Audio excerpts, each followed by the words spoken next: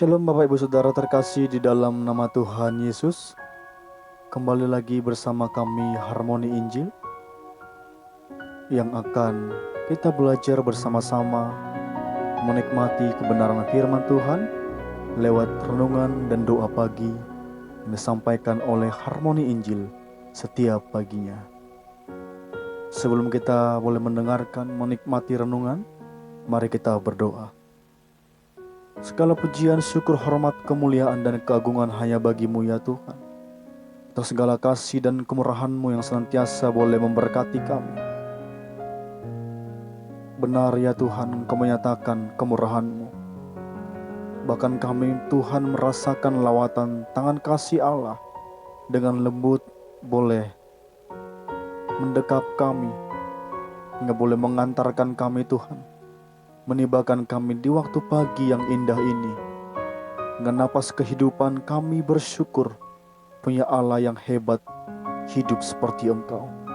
Terima kasih Tuhan atas penjagaan-Mu bagi kami.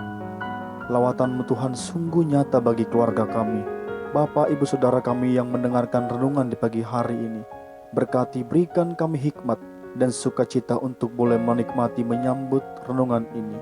Terima kasih Tuhan, kami siap menyambut, menikmati renungan Tuhan. Terpuji nama Tuhan, kekal abadi sampai selama-lamanya. Haleluya. Amin. Shalom Bapak Ibu Saudara terkasih dalam nama Tuhan Yesus. Kami percaya di pagi hari yang indah ini, kita semua dalam penyertaan Tuhan. Sungguh nyata kebaikan, kasih Tuhan dalam hidup kita di sepanjang tidur kita. Bapak Ibu Saudara terkasih dalam nama Tuhan Yesus, tema kita pada kesempatan pagi hari ini dalam pertobatan, setia, dan berdoa. Dalam pertobatan, setia, dan berdoa. Bapak Ibu Saudara terkasih dalam nama Tuhan Yesus, mari kita ambil Alkitab kita.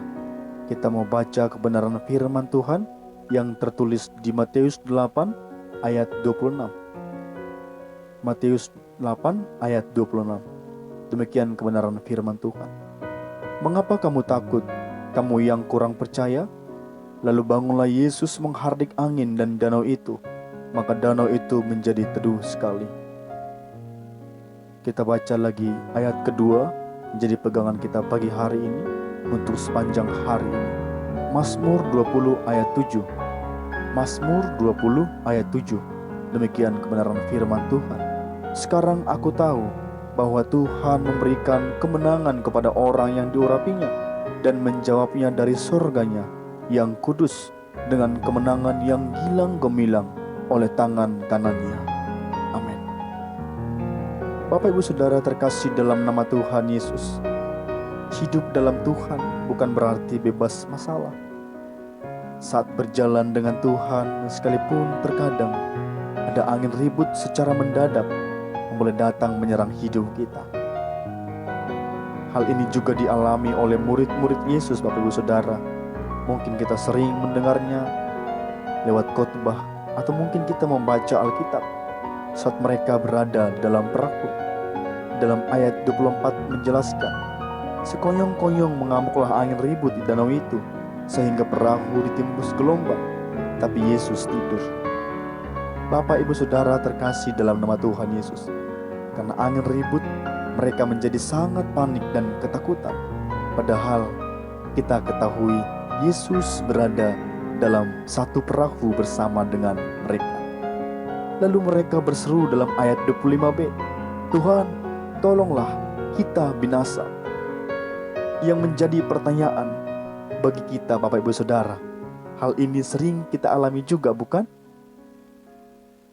Dalam keseharian kita, apakah sering kita alami? Ketika mengalami permasalahan yang berat, kita cenderung panik dan menjadi takut. Padahal Yesus bersama kita, ada di dekat kita. Bukannya membiarkan dan meninggalkan kita. Bahkan justru kita seringkali Bapak Ibu belum melupakan dan tidak mempercayai Tuhan. Kita masih terpengaruh dengan apa yang kita lihat, dengan apa yang kita dengar. Kita terpaku dengan keadaan kita, dengan apa yang kita lihat di sekitar kita. Yang berarti kita tidak berjalan dengan iman kita. Dan akibat dari apa yang telah kita lakukan itu, kita mudah stres, kita murung, kita putus asa. Jangankan bersuka cita Bapak Ibu, membuka mulut untuk memuji Tuhan, memuji Allah, kita sangat enggan untuk boleh melakukannya. Ini menunjukkan Bapak Ibu Saudara bahwa kita adalah orang-orang pecundang. Dan iblis akan membusungkan dada bila melihat Bapak Ibu Saudara sebagai orang Kristen seperti itu. Padahal firman Tuhan dengan jelas mengatakan dalam Roma 8 ayat 37, tetapi dalam semuanya itu kita lebih daripada orang-orang yang menang oleh Dia yang telah mengasihi kita. Hidup dalam iman adalah hidup bukan berdasarkan pada suatu yang kelihatan Bapak Ibu, tetapi apa yang tidak kelihatan, serta memandang dan menyikapi segala sesuatu dengan mata rohani kita. Itulah yang dilakukan oleh Paulus Bapak Ibu Saudara. Meski menghadapi tantangan dalam kehidupannya, sangat berat, dia tidak pernah menjadi lemah, apalagi sampai frustasi seperti kebanyakan orang Kristen zaman sekarang ini. Karena dalam 2 Korintus 5 ayat 7 berkata, hidup kami ini adalah hidup karena percaya, bukan karena melihat. Kata Paulus, kita harus percaya Bapak Ibu Saudara, meski tidak melihat. Jika dalam menjalani hidup ini kita banyak merasakan ketakutan dan kekhawatiran, berarti kita belum sepenuhnya percaya kepada Tuhan. Dan selama ini kita masih menggunakan akal dan kekuatan kita sendiri, maka masalah yang kita alami tidak akan pernah terselesaikan. Kita harus bisa melepaskan segala ikatan yang boleh membelenggu Bapak Ibu Saudara dalam perasaan kita. Tuhan mengizinkan semua itu, masalah dalam masa-masa yang genting, untuk boleh melatih otot iman, kerohanian, percaya kita. Biasanya kita bila sudah terjepit, kita mengalami banyak masalah, kita terjerumus, kita merasa dicampakkan, kita merasa ditampar oleh masalah, baru kita datang berserah kepada Tuhan. Kita tidak pernah menyadari bahwa Tuhan Yesus dekat dengan kita. Kita tidak berjalan dengan tenang, kita terburu-buru. Memang dengan apa yang kita lihat, Yesus tidak terlihat dengan kasat mata kita, tapi Roh Kudus ada di dalam kita. Dan sebesar apapun badai yang boleh datang menyerang Bapak Ibu Saudara, kita tetap mampu melewatinya. Karena apa? Karena kita percaya ada Roh Kudus yang lebih besar dari segalanya, dari permasalahanmu, dari sakit penyakitmu, dari doa-doamu yang belum terjawab. Ada hal-hal yang besar yang Tuhan boleh sediakan.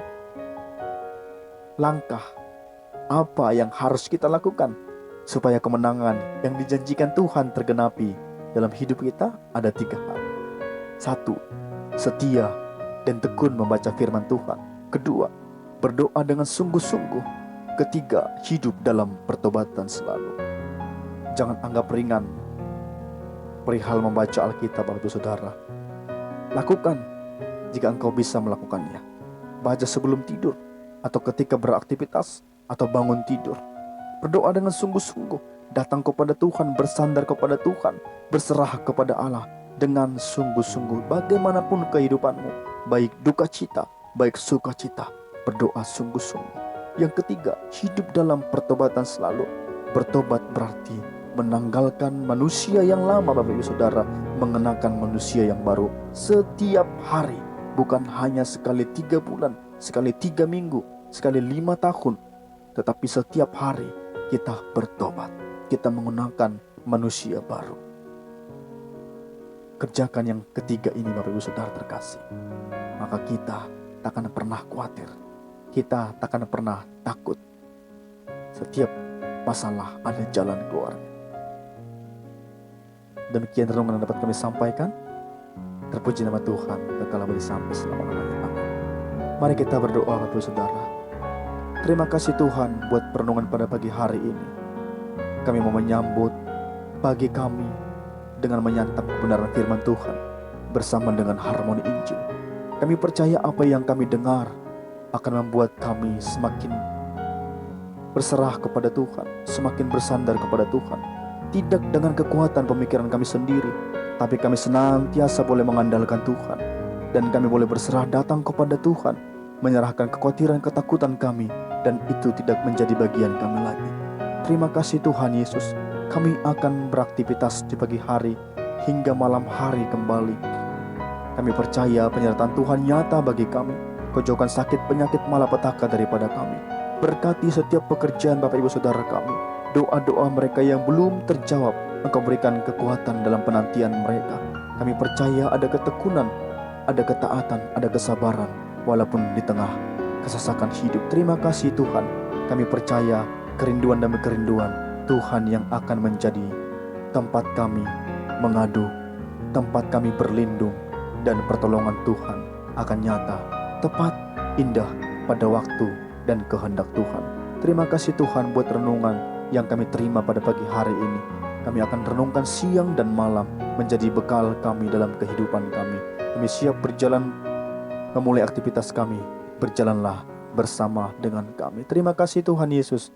Dalam nama Tuhan Yesus kami telah berdoa dan mengucap syukur. Haleluya. Amin. Shalom Bapak Ibu Saudara terkasih dalam nama Tuhan Yesus. Tuhan Yesus memberkati.